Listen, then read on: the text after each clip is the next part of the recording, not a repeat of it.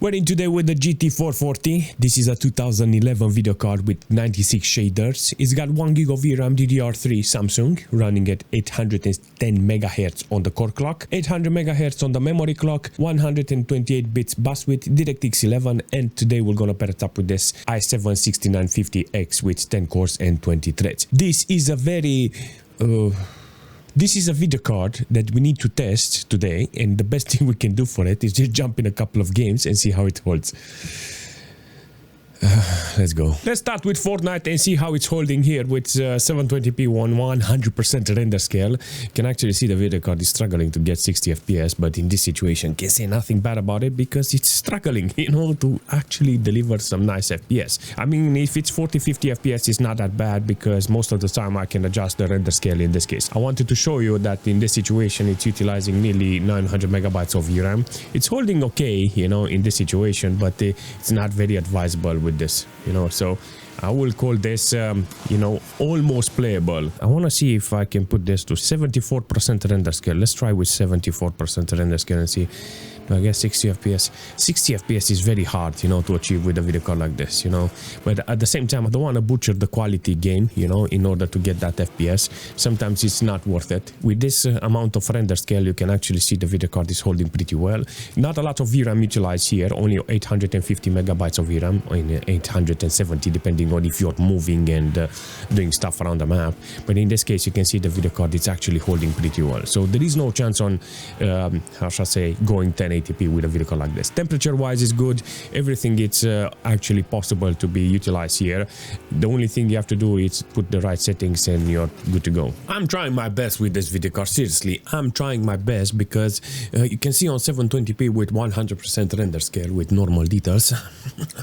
Single player, I got like 50 FPS. Imagine going online with this. No chance on actually delivering that performance there. The only thing I can do here is just try to see how much this video card is going to be used.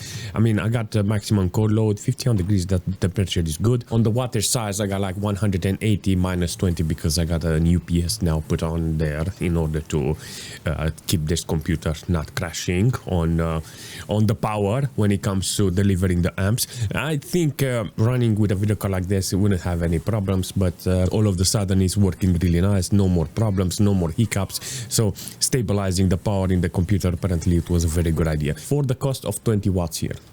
So I will be now on 170-160 watts consumption from the whole computer, from the meter. In this situation with the video card, I can say that it's doing a fantastic job. You can see it's holding pretty well, but at the same time, I don't want to push this video card to 60 FPS because if I want to push this video card to 60 FPS, I have to use the render scale, and the render scale is gonna make it to 60 FPS, but the game was gonna look, doggo, and you're gonna lose the quality, and it's not worth it. The only thing I can do, maybe go 1024 or something like that in order to not modify the render scale. Then you will get 60 FPS. This video card is not meant for resolutions like this, you know. I think it's meant for multimedia. It's meant for how shall I say, light gaming, you know, older games and stuff like that. If I really want to use this video card for games, I have to go on a different type of route, you know, older games that is older than 2011. Let's talk about Dota and see how it's running with 720p with minimal details. I put minimal because I wanted to see some nice FPS here.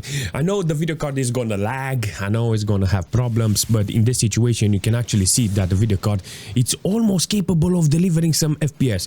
Very important to understand this because look at this, 80 FPS in a fight, 190 watts consumption. That's actually okay with this. 100 FPS with a video card like this with nearly 700 megabytes of VRAM utilized in order to deliver this, it's okay. The only thing I want to see is the minimal when it comes to a fight, because if I got decent minimal FPS in a team fight, you're gonna understand that it's possible to put more details in the situation. But in this case, 70 FPS. So there is a possibility to just a fraction to put more details in this case, but you're gonna lose the FPS when you're gonna go in a team fight. But I will keep this low details in order to see how it's performing, because this is the resolution.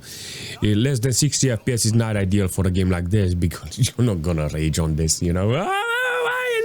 in Dota. All I can say, I like the performance here. Let's start with S.T.A.L.K.E.R, you know, 720p with enhanced light with maximum details. I'm gonna get some very critical FPS here.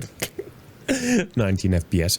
Okay, so from now on, I know that on 720p with maximum details doesn't work, you know. So the only thing I can do here is just try to lower that light, you know. Light apparently it's influencing the performance here. Maybe we can go medium light, maybe basic light, and see how it's performing, you know, because here with 16 FPS is not okay. But I did manage to see maximum performance from this video card, you know, 100% core speed, 900 megabytes of VRAM. So from now on it needs to be better. With full dynamic light that is medium quality on the light, you're gonna get 43 FPS. 720p maximum details. This is still on maximum details, but because of that light is on halfway through now, I get 20, 30, 40 FPS. So you can see that it's almost getting there with the right settings, you know. So 600 megabytes of VRAM utilized, still maximum core load.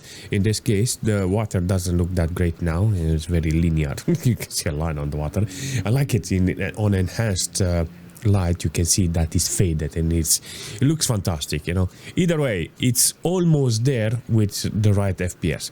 I think I have to put it on basic light and it will be okay there. So this situation, the core is maxed out, the VRAM is not maxed out, and almost 50 FPS. This is the most funky thing I managed to see. The moment I put static light, the moment I disable any lights, effects and stuff like that, you're gonna see that the video card is actually capable of delivering some very interesting performance. So if I look now at the city, I got 80 FPS. If I look in the back, because usually I go like that, 200 FPS. So ideal, I think you can put 900p or modify the resolution or the quality in such a way that even though it can put more light because I'm on maximum details, I think if you go 1080p, you're gonna drop below 70 FPS, 60 FPS, 50 FPS, and you're gonna ruin the whole experience. So from now on, I know that there is a small chance so I can put this video card in a good position, you know. So 70 FPS, 79, 80 FPS on average with 720p with static light. It's okay for this video card to run S.T.A.L.K.E.R. It's okay in this case, seriously. So I'm very grateful that this video card is capable of actually delivering some nice FPS, but the only thing that you have to do is lower the quality, and that's it. This is gonna be funny because I got 720p here with this game and it's barely holding 50 FPS. In some cases it's 40, 36 FPS with this video card on maximum load on the core, 61 degrees on the core of the video card. Not bad when it comes to this game, but you can see that it's very hard for this video card to deliver the FPS. Not going to lie, there's a lot of options in order for me to have a nice time with this video card, but in this case you can see this video card is not fully capable of giving me 60 FPS with this.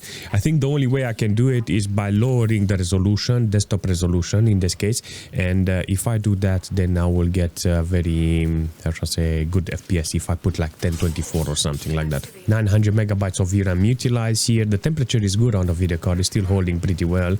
I say nothing bad about it, but yeah, ideal will be to have like 60 FPS with this occasion. The system doesn't have any problems in this case with this game on this occasion with this video card. 8.2 gig of system RAM, less than 10% load on the CPU side. I mean, if this game had like some render scale, it would have been more interesting or something like that, because you can actually see the video card is almost there, you know, with delivering the FPS. But if we're jumping in Battlefield with 720p with low details, you're gonna see that you're gonna get over 60 FPS. This is the FPS that I need from a video card like this, you know. Let's jump in on a chopper killer here and see how it's holding with this amount of VRAM and this amount of core load. 60 FPS, apparently it's a challenge in this case with this video card. 54, 56 FPS on average. C is dropping. The moment I reach the city, the moment I reach this place, the battleground, I'm gonna see the FPS. It's a challenge to be over 60.